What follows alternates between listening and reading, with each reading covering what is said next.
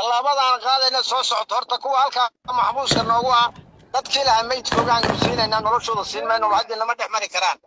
waxa ninka 150 iyo 200 kiilo ku soo dhex maray arka sharaf ku soo maray waxa sameynaya annaku hadda halka bay ku ay noogu xidhanayaan hadday kuwa kala soo socdaanna wadada aad soo marayaan annaku dadkii uu diyaar baan ka dhignay iyo kaana dhiiga ay dhibaatada leeyihiin annaku kaga wanaagsanaa wadada ka soo baxaysa Djibouti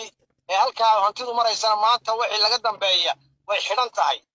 qaraar cad meel kasta dad baan dhignay ciidan baan dhignay qoriga annaku ku fiidiisana maanta waxa lagu kalifay inay gacanta ka baxday nabadgelyada noo dhaxaysay annakuna amar baan qaadanay maanta laga bilaabo waxa ku dhawaaqnay beesha ciise si degdeg ah inuu soo xirooto ay hubkayga u qaadato ay maaragtay ciideedii dalkayga iyo xafladayga u difaacato marka colaad baad chief aqal ma colaad baad ku baaqaysaa hor leh ma waxaad u chief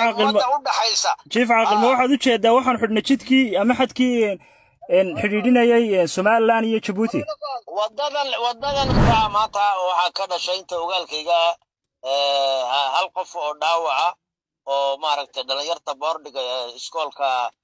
Seylac dhigata ayaa ka dhashay iyo maaragtay waxa lagu karlaayay galabta u dambayso waxa la yidhi dadka hal saara la isku raacay amar cad baa soo baxay la basaaray halka ilaa u xeerka bisha 12 damaanay halka kaba baxayaan yaa oranaya marka amarka ninkii madaka maanta si xukumayay annagu aan naqaan Maxamed Cali laakiin madaxweyne ku-xigeenka aan maaragtay isagu maanta ka oo beelihii kala fudnaynaya imika magaalada yaa gacanta ku haya ciidamada amniga mas'aacid kale Soomaaliland wala leeyahay laakiin deegaanada waa la kala leeyahay boorama hogaaskooda ku soo dhaweysteen cid baa ku cayday ciiso caayis cid aflagaadeynaysa ma jirto waya ka iskale maxaa keenay inay yiraahdeen Seylac oo beesha ciise leedahay inay yiraahdeen laguma qaban karo oo la soo diro وهاجاك داود يال سيدينتينا بدن أذكر هيسن مانتا وحيس كودا وكذا عي مجالدا سيلع قبل كسلل halkaasoo oo laba deegaan ama laba qolo ay isku dhaceen hadaba bal xaaladii ugu dambeeyay isku dhacaasi Seylac ka dhacay sida xaalku hadda yahay waxyaabaha ka dhashay khasaare isku dhacaasi waxyaabaha sababay iyo waxa ku xigi kara ayaan doonayaa inaan faahfaahin dheeraad ah ka helno waxa hadda ay khadka si toos ah ugu jira Chief Caaqil Xasan Cige Coofle oo ah gudoomiyaha guddida sare ee beesha Ciise kana mid ah gandiyaasha beeshaasi sidoo kalena ka mid ah guddida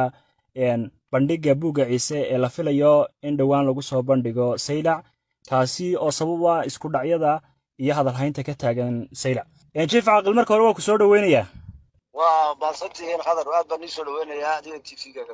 bal maanta Seylac waxa ka dhacay isku dhac bal isku dhacaasi maxaa sababay horta marka hore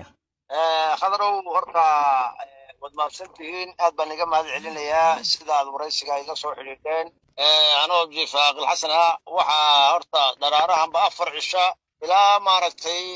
4 cisho waxa ka taagan Seylac rabshado maanta ma aha 4 cisho waxa Seylac rabshadaha keenay dhalinyar reer Boorama oo la soo abaabulay Seylac timiday rabshaday ka bilowday qalalaasay ka samaysay haddana waxa ku soo beeray aqalo ka yimiday Boorama iyo inta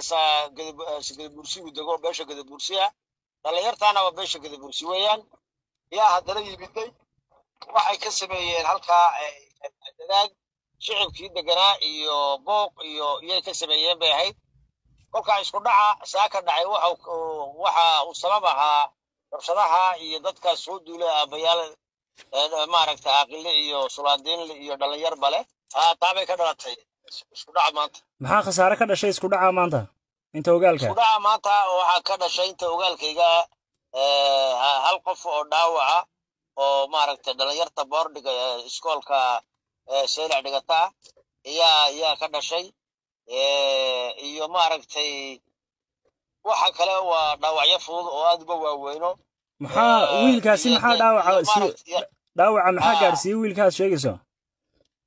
soo dhaawac u gaaray hadda waa dhaawaciisu uu saleeyay hadda dhaawaciisu saleeyay labada dhinac ee rabshaduhu dhex mareen maxay isku adeegsanayeen maxaa